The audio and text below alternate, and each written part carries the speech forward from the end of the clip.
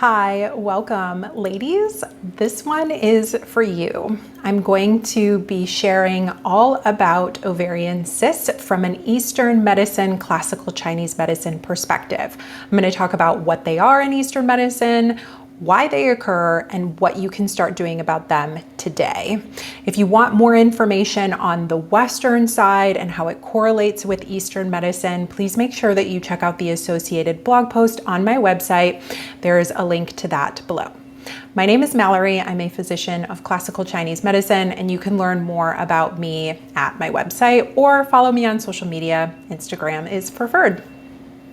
What are ovarian cysts in Chinese medicine? So cysts are little phlegm balls that reside or grow on the ovary. And these phlegm balls, just depending on their size, can also include blood, which is then going to lead to not only a diagnosis in Eastern medicine, Chinese medicine, of phlegm, but also blood stasis or blood stagnation. And that's really determined by the symptoms that you're having and the amount of pain that you're experiencing. We can also come to the diagnostic conclusions as well through the use of Western medicine, whether that's going to be palpating or an ultrasound that your OBGYN might be doing.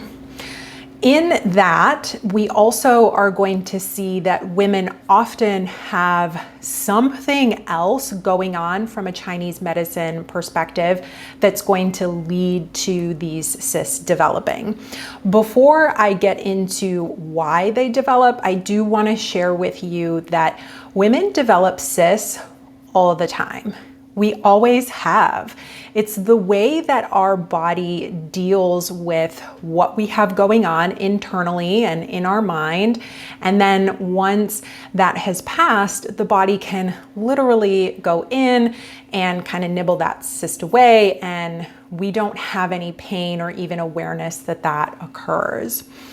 So what we know in classical Chinese medicine that causes these cysts to occur are often due to three things. And those three things are diet, lifestyle, which is going to include diet, but also emotional well-being, stress, and then the third is going to be your relationship, particularly with exercise. I know what you're thinking, but Mallory, it's related to my hormones. That's what my OBGYN has said, and we need to regulate my hormones. Yes, you're right. Your hormones do play a role, but your hormones are the branch. They are not the main root cause of why your hormones are acting the way that they do and therefore causing the cysts to develop. So I'm going to go back to those three causes that I talked about, which is diet, emotional well-being, and exercise. Your relationship to them is going to determine how your hormones move and regulate. So what can you do about them? I want you to visit the post that I have associated with this video and check out some of the questions that I ask you. Are you eating more processed foods? Are you eating out more than you're eating organic whole fruits and vegetables and cooking at home? Are you constantly stressed and worried all the time? You just can't feel like you can get a grip on that stress. Your relationship then with your emotional health and the world around you is going to have to change in order for your internal well-being to change as well. The third thing is exercise, and I include this in there because a lot of women are over-exercising, or they're stressed out that they can't exercise enough, or they're just doing the wrong exercise for their body because they're trying to lose weight. And that stress, that emotional health, is what's going to then contribute to potentially a cyst developing. I'm gonna give you some tough love here. Ovarian cysts develop in your body because of the relationship that you have with your emotional self, with the food that you eat, and with the exercise. It's not just because of some obscure, intangible hormone irregularity.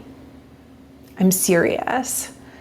Take responsibility for your health and your well-being, and you're going to see a change in the health of your hormones and your ovaries and your reproductive system. It really begins and ends with you.